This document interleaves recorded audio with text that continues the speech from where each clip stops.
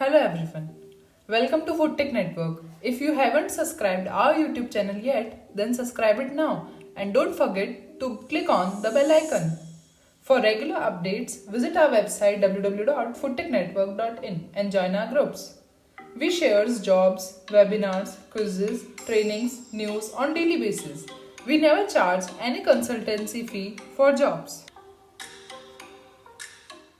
Hello everyone, welcome back to our channel. So our today's lecture will be on irradiation. So it is the process by which an object is being exposed to radiation. Okay. So yeah, the exposure can originate from various sources including natural sources, and the term irradiation usually excludes the exposure to non-ionizing radiation, okay, such as non-ionizing radiations such as infrared, visible light, microwaves from cellular phones, or electromagnetic waves emitted by radio and TV receivers and power suppliers, okay. So, food irradiation has proven to be a safe and effective non-thermal process for enhancing food safety and extending shelf life of a wide variety of food. So, nearly 50 countries have approved or allow food irradiation, although the foods and doses can differ by country. And there are mainly three sources of radiations approved by FDA for use on food, and although the food and doses can differ by country, okay, I have told you.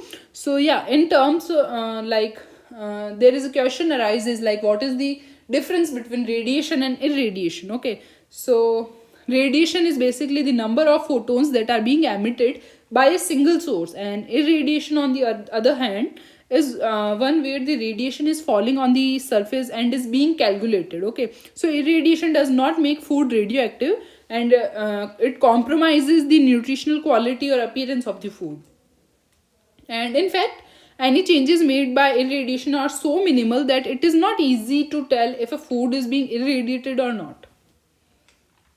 So, food irradiation is a technology that improves the safety and extends the shelf life of a food by reducing or eliminating microorganisms and insects. So, like pasteurizing milk and canning fruits and vegetables, irradiation can make food safer for the consumers. So, the Food and Drug Administration, the FDA, is responsible for regulating the sources, okay, sources of irradiation that are used to irradiate food. And FDA has also approved the sources of radiation for use on foods only after it has determined the irradiating that food is safe, okay.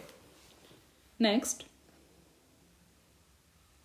So yeah, what is the principle of irradiation? Okay, so during irradiation, energy passes through food much like a ray of light passing just through a window. Okay, so this energy destroys most of the bacteria that can cause diseases, and yet it allows food to retain its high quality. Irradiation pasteurizes food by using energy, just as milk is pasteurized by using heat. Okay.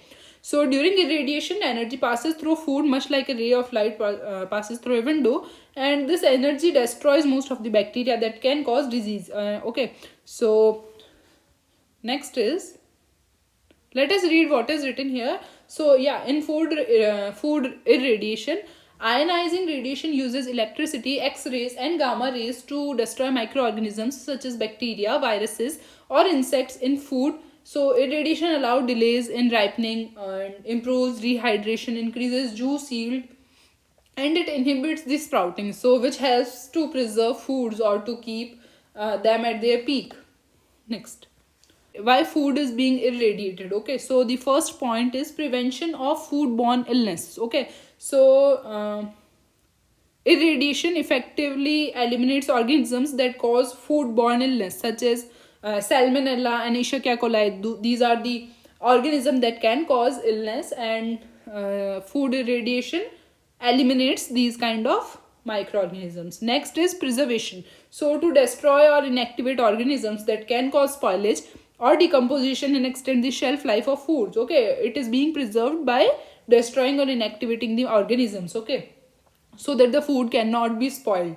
Next is control of insects. So to destroy insects in or on tropical fruits imported into the United States, irradiation also decreases the need for other pest control practices that may harm the fruit. And delay of sprouting and ripening, next point. Okay, So to inhibit sprouting, that is in potatoes, and delay ripening of fruit to increase longevity. Next is sterilization. So irradiation can be used to sterilize food, which can then be stored for years without refrigeration. So sterilized foods are useful in hospitals for patients with severely impaired immune system, such as patients with AIDS or undergoing chemotherapy.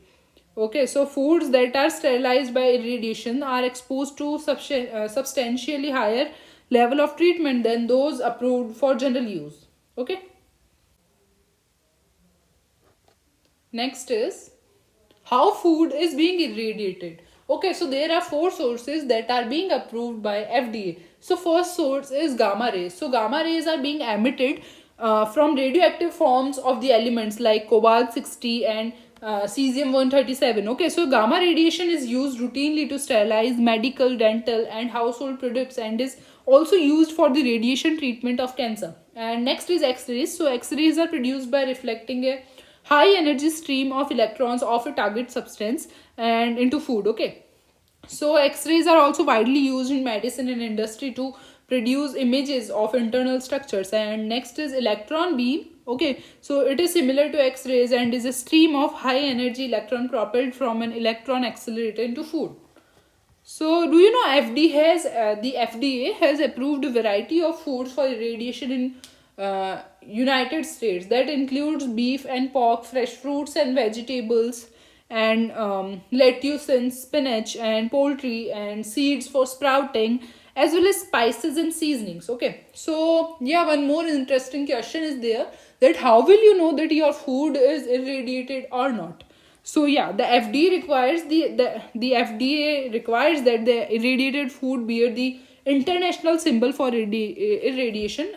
So yeah, look for the radura symbol along with the statement treated with radiation or treated with irradiation on the food label. Okay.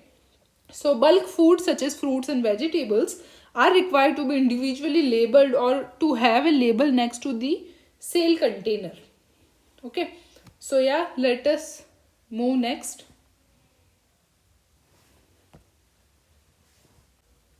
Next is applications. So first application of irradiation is sterilization. So if administered at appropriate levels, all form of ionizing radiation can sterilize objects including medical instruments, disposables such as syringes, and sterilized food. Okay, so ionizing radiation may be used to kill bacteria in food or other organic material including blood. Okay, so if food irradiation, while effective, is seldom used due to problems with public acceptance. And next is medicine. So irradiation is used in diagnostic and imaging, cancer therapy, okay, and blood transfusion. And so next is ion implantation. So ion irradiation is routinely used to implant impurities atoms into materials, especially semiconductors, to modify their properties. Okay, next is ion irradiation. So it means in general using particle accelerators to shoot energetic ions on a material. So ion implantation is a variety of ion irradiation and is swift heavy ion irradiation from particle accelerator induces ion tracks that can be used for nanotechnology. Next is industrial chemistry. So irradiation can be used to cross-link plastics or to improve material qualities of semi-precious stones. So due to its efficiency, electron beam processing is often used in the irradiation treatment of polymer-based products to improve their mechanical, thermal, chemical, as well as other unique properties. Okay, and as well as to add other unique properties in it. So last is agriculture. So after its discovery by Lewis Stadler, irradiation of seeds and plant germplasm has resulted in creating many widely grown cultivators of food crops worldwide. Okay, so this process, which consists of striking plant seed or germplasm with radiation in the form of X-rays, UV rays, heavy ion beam or gamma rays, is essentially mixes the genes already existing in their genome.